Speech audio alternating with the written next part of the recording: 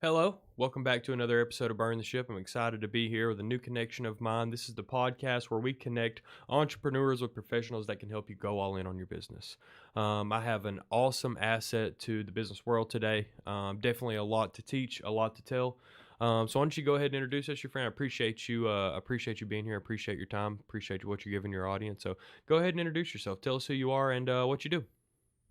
Hey, my name is Scott Spann. I seem to be able to solve problems that too many leaders think are impossible to solve. They're actually not.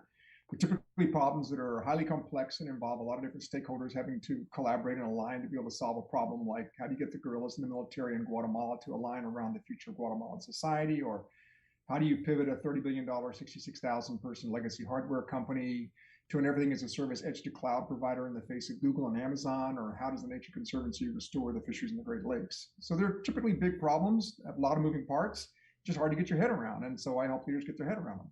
Sure. And so who are you mostly connecting with now? Like who are you working with now? What does kind of the growth of your business look like? Well, I have a variety of clients. Right now, I'm in a one-year contract with a group in Iraq that helps to support populations displaced by war and violence. Sure. But the clients vary from child protection to education to affordable housing to post-fire recovery. I mean, it's more a methodology I've developed than any particular industry. So it works across cultures, across issues, across industries. Sure. Tell me kind of the story. How did you get here? How did you get to where you're solving these huge problems for these huge companies, enterprise level, government level? How did you get here? Tell me what got you to where you are today. Well, I think most of my life I've been really concerned about how can I make the biggest contribution possible? Like, well, how can I live into my fullest human potential? Which I think we're all trying to do. And so I typically would, from time to time, ask myself the question, what's most needed now? So it led me through a path from a master's in accounting in Arthur Anderson to the Nature Conservancy's offices in Texas, setting those up, to running a small nationwide consulting firm, and eventually training to become what's called a ROLFer, a bodywork technique. That led to running the Rolf Institute. From there, I went on back into my Rolfing practice after running that for 4 years and taking them through a transition. That led to training in trauma psychotherapy, which led to training in developmental psychotherapy, which led to training in group psychotherapy. And at the end of all that, I suddenly realized what was missing in business, which was the ability to bring our full human potential to bear in a business context. So I went back into the business world about, what was it, 25, 30 years ago, to be able to bring that back in. And that led, when I got into that world, I suddenly discovered that business had gotten so complex that most leaders couldn't get their head around it. Mm-hmm. Now they understood their silos like marketing or finance or manufacturing or distribution, but almost nobody could get their head around the whole enterprise, especially when it went global. Sure. So Sure. yeah. I just said sure. Yeah, I'm agreeing with you. Yeah. Okay. So then what I had to do was dive into, okay, so how does one get their head around this? So I did a lot of training in system dynamics and systems thinking and learned how to model complex systems. From there, I was able to see how I could use the system dynamics mechanisms as means for capturing and evolving the human qualities.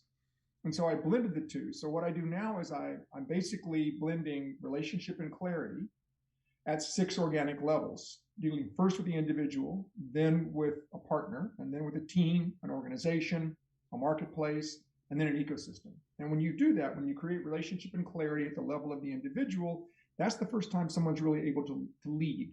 When they're in relationship with themselves and they're clear about what they're about, then they can stand up and speak and move people. The level of one another, it's trust. The level of a team, it's innovation. The organization is all about execution. The market is about scalability, and the ecosystem is about sustainability. So once I had that frame, I was able to begin to develop tools to populate those boxes, and just released a book on the subject that's now up on Amazon. So Sure.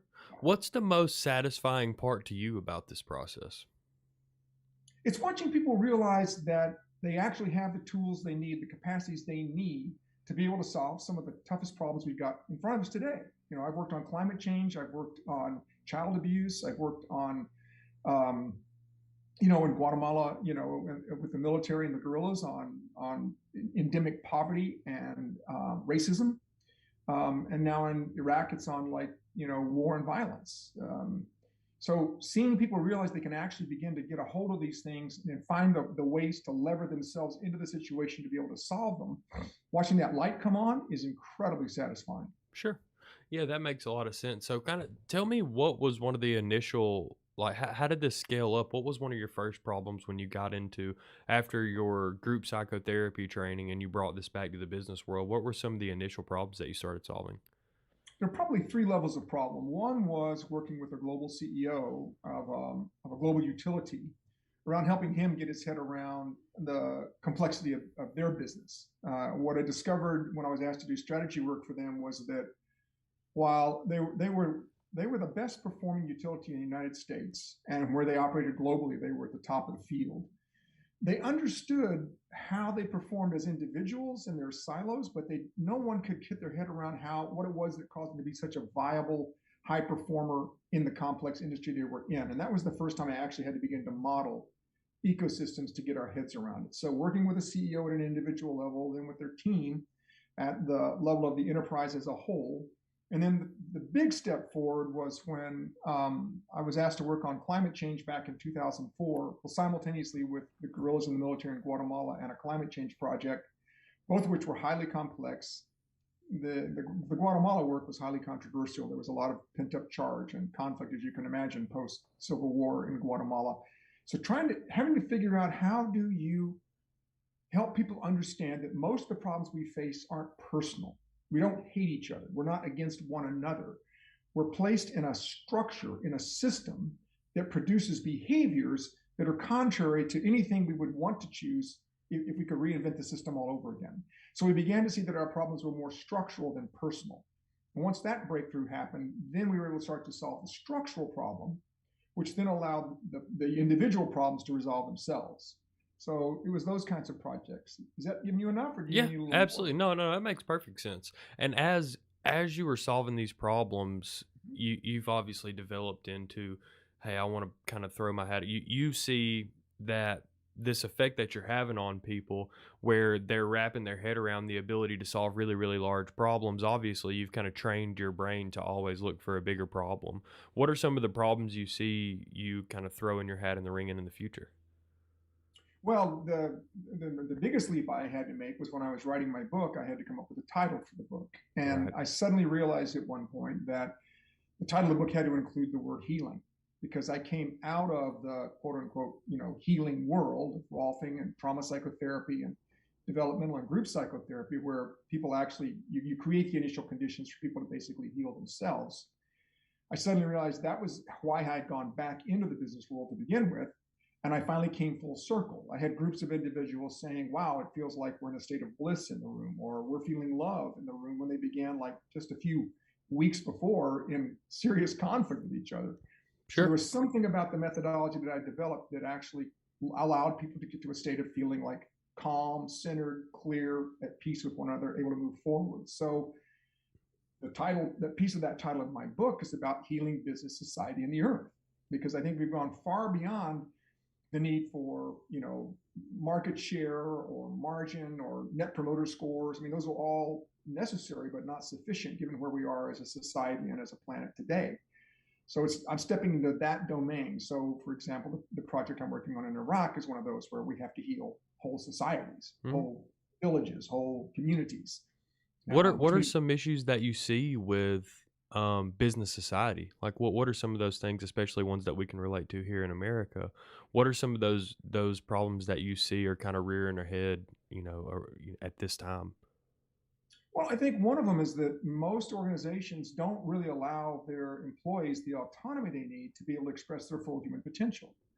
Most people don't get up in the morning saying, how can I screw something up at work today? Or how can I do something that distresses my colleagues at work today? Most of them want to get up and make a really significant contribution. They want to satisfy a customer.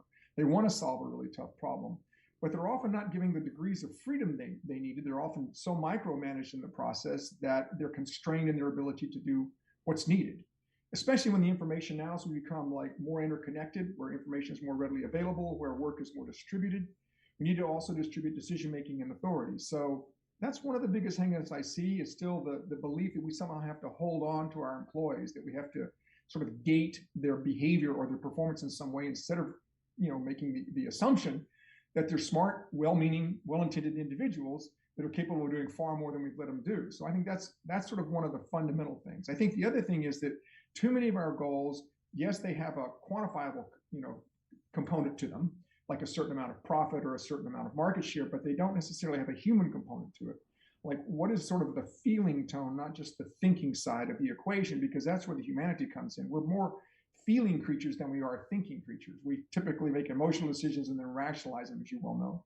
So how do we bring that component into the workplace and liberate more of that energy, more of that creativity, more of that capability to really energize our workforces toward a more innovative approach? Sure. By creating the structural understanding of how the system has to work, almost the math of it, we create the sort of the boundaries or the boundary conditions that allow people to operate inside of those with autonomy without doing harm.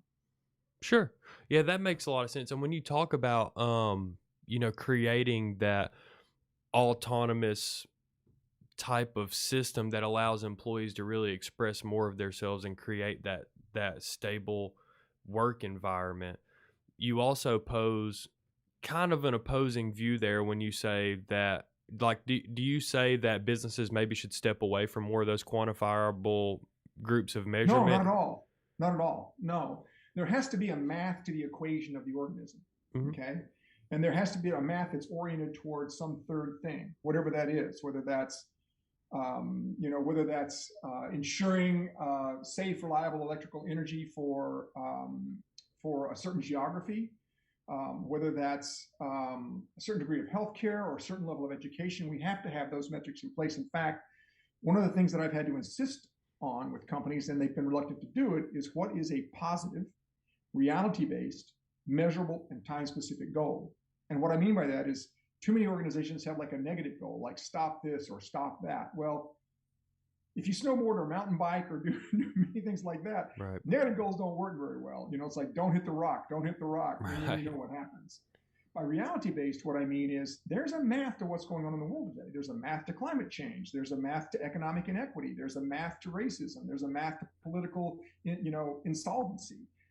Those things, that math produces a certain outcome. So what's the math that would solve for that equation? And I mean that quite literally. There is a math to that, and that math requires measurement. So if you have a meta goal, like trying to move a global corporation to a certain compound annual growth rate within a certain time frame, well then whatever that subsidiary set of functions required to achieve that are, each of those needs their own math so that that adds up to the meta goal. So there's still very much a need for quantifiable things, but it's specifying the what you need someone to accomplish, not the how they go about it.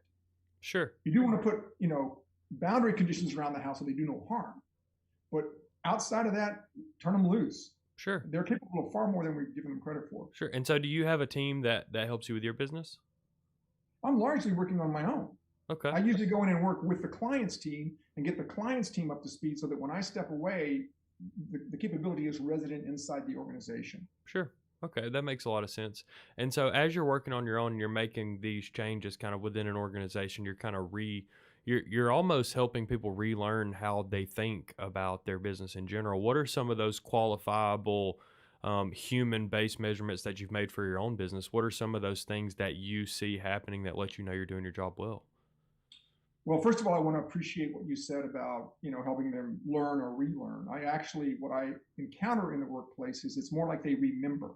Mhm. Like when we land on the right things, it feels like home. It feels like this is something I've always known, something I've always believed, but never been able to give voice to. So it Right. really is like a remembering, and that makes it so much easier than thinking that we're trying to train someone or teach them something new.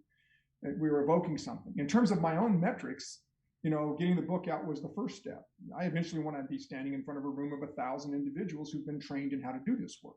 And then out of that, I want to have a group of 7 that are working closely with me and 147 that are working closely with. But I want to have this pyramid of scalability that enables this way of working to spread, because I really believe I'm onto something. People have been asking me for years to write a book about it. Finally got around to it. Now it's time to start to expand the field of practitioners that know how to do this. Sure. So if you had to boil down some of your points, some of your biggest points to teach some of the entrepreneurs in our audience today, maybe it's just questions. Maybe it's not even points because you don't want to say, stop doing this, stop doing that, like you said. But like, what are some of the ways or some of the points that you can kind of bring to light that make some of the entrepreneurs that are listening to our podcast really think, okay, what are some of those qualitative measurements? What are some of those human impact and employee based measurements that I can take a look at in my own company to kind of attest to that health? Well, the first thing I say is that those are going to be emergent. Mhm. That if there's a body of work by a guy named Dave Snowden that I trained with for a bit. He has a model called the Cynefin model. It's spelled Cynefin. You can find an 8-minute and a 2-minute video up on YouTube that's very informative. But basically, what it talks about are 4 kinds of systems: simple, complicated, complex, and chaotic. And we're mostly operating up in the complex realm because the simple and complicated work in low change, high predictability worlds. Mhm. But we've moved into a high change, low predictability world, and we want to stay out of the chaos bin and up in the complex adaptive bin. In those domains, unlike the simple and the complicated, where the issues are either sort of given in a way, there's either best practice or good practice. In the complex adaptive domain, the solutions have to emerge from the ecosystem itself. So whatever those metrics are, they emerge from the ecosystem. And the way that I get to that with leaders is that I interview them and I ask them a question: what are you trying to cause, for whom or what or where? And I have them spell that out for me and as measurable as they can get it. And then I ask the question, well, then what's required for that to come to pass? And they start to tell me, and can they tell me that based on their favorite success story or a model they're using or something that they're innovating right now? And I rigorously think through, as they're telling me that story, what are the 4 to 5 to 7 sort of big blocks of activity that have to happen to pull off that goal. And each of those then, once the goal is enumerated and there's a math to the goal, like they need to hit a certain number of individuals or a certain number of units or a certain dollar amount by a certain point in time, then what's the math of each of those subsidiary components that adds up to that? So, but that arises out of the ecosystem itself. So I don't come in with any predetermined metrics.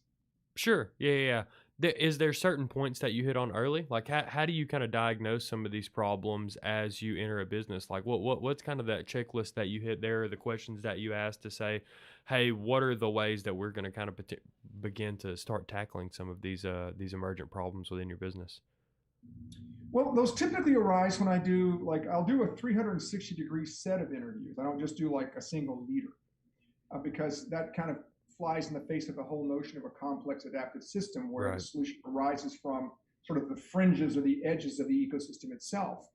Out of those different interviews, as I model, when I get that information about what are you trying to cause and what's required to cause it, I actually render that as a small system, small worldview.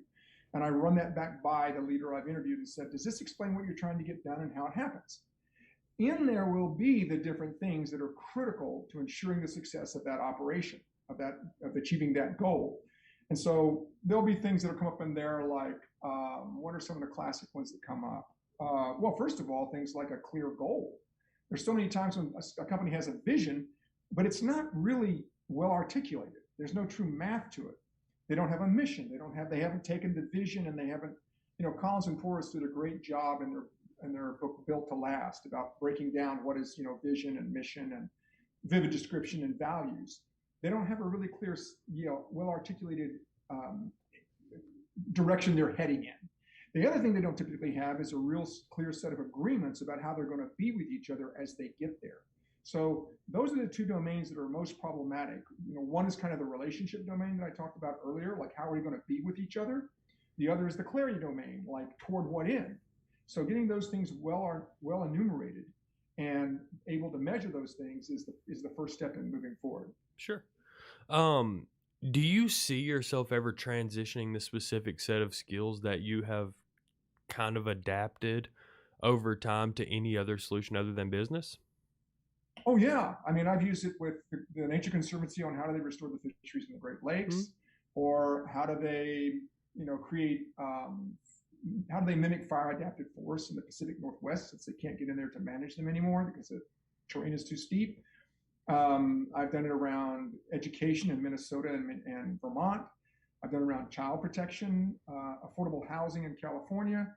Yeah, so it's basically anytime there's a highly complex problem with multiple stakeholders that have to work together to solve it, I typically end up building a network of individuals all aligned toward the same outcome based on what they as individuals surfaced as their collective integrated system for solving the problem. Sure, absolutely. How do these people find you? How do It's the people usually that? word of mouth. Oh, It's really? typically been word of mouth. Um, And And your first connection's usually on the C level, I'm sure. typically it is. Yeah. Yeah. It's typically on the C level. Occasionally it's on like, well, no, it's even that's the C level. It's just not always the CEO level. Right. Yeah. Okay. Mm-hmm. Yeah, that makes a lot of sense.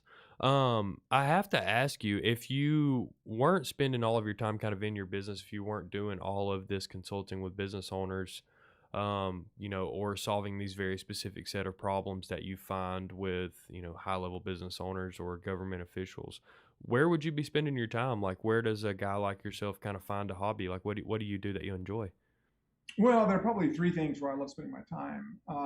Well, first of all, I love spending my time on my business. I find it Sure. really deeply nourishing. I I find that can't most imagine how people I'd go that do without our podcast and talk about their business in a way that they want to share something that they've accumulated, most of those people do enjoy their business. I do have some people that say, if you can find a way not to run a business and still be happy and fulfilled, do that too, because it's definitely easier. But most of the people that we have on the podcast, it's surprising, even though as I ask them that question, they're very satisfied and gratified as far as their business goes. That's been kind of a recurring theme, which is actually surprising to me. Well, and there are things I love to do.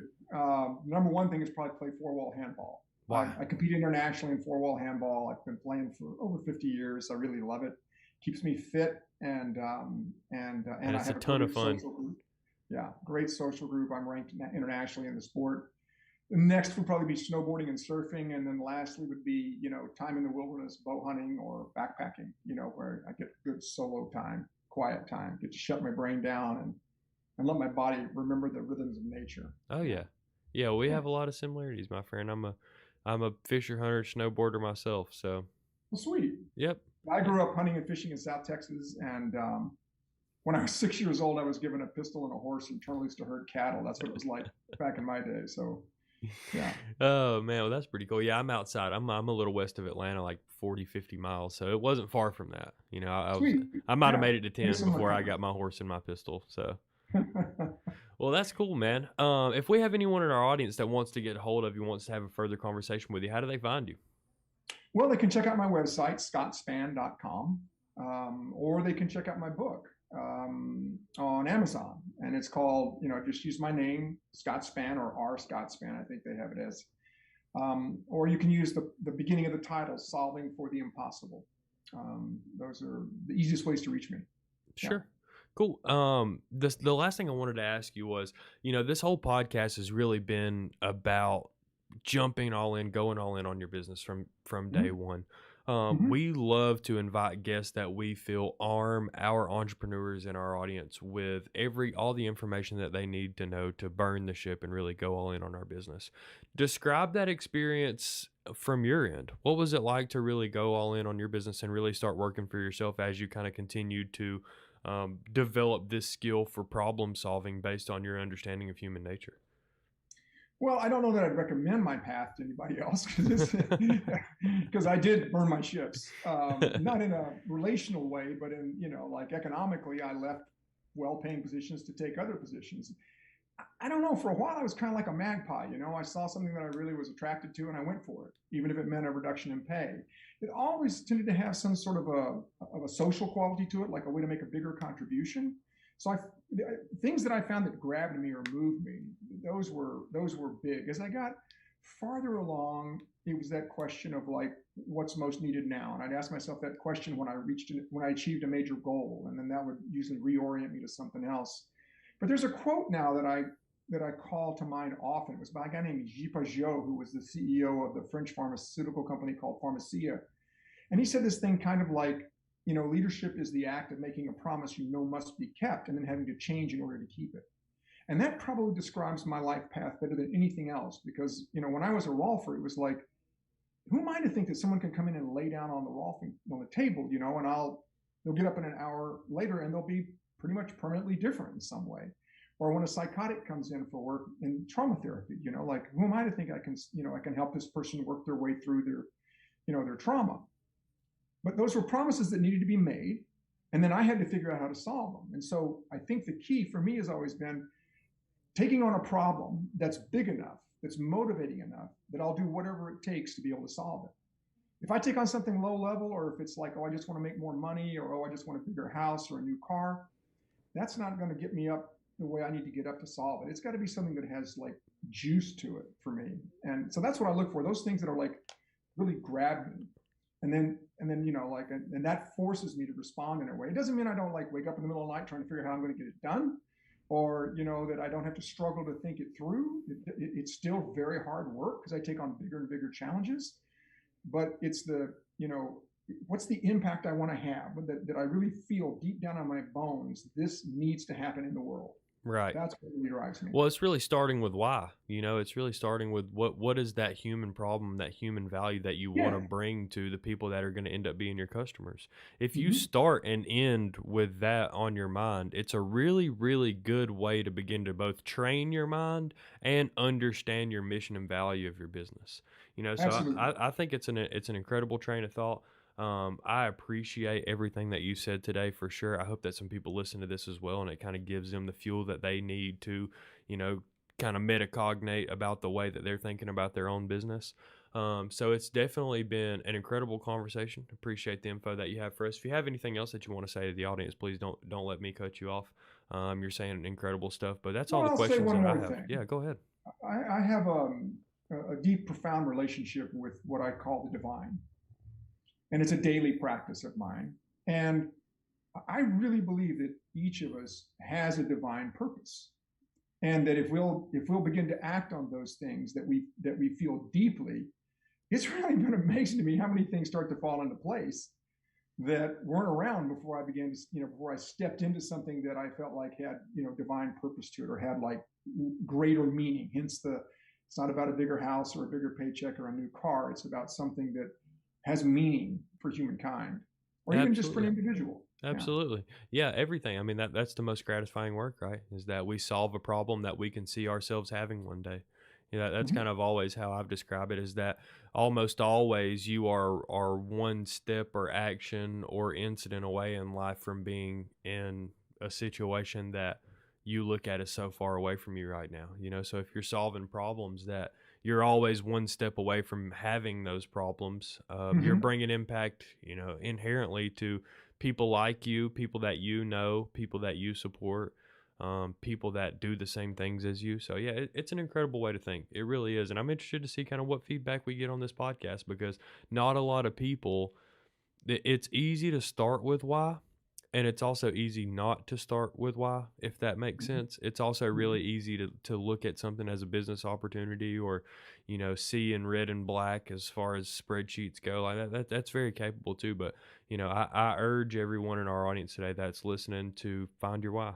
Find the reason and find the value that you're trying to bring to the people that you want to bring value to, and things are going to go well for you in business. And hopefully you get to a high enough level where you have a deep enough problem that is worth solving for X amount of humans and human value that you use Scott as a resource to you. Well, thanks, Bailey. It's been a delight having a conversation with you. Love your way you think and the way you feel and the kind of questions you ask. Thanks so much, my friend. Well, thanks, my friend. Well, we're out of here. Until next time, burn the ship. Take care. Bye bye.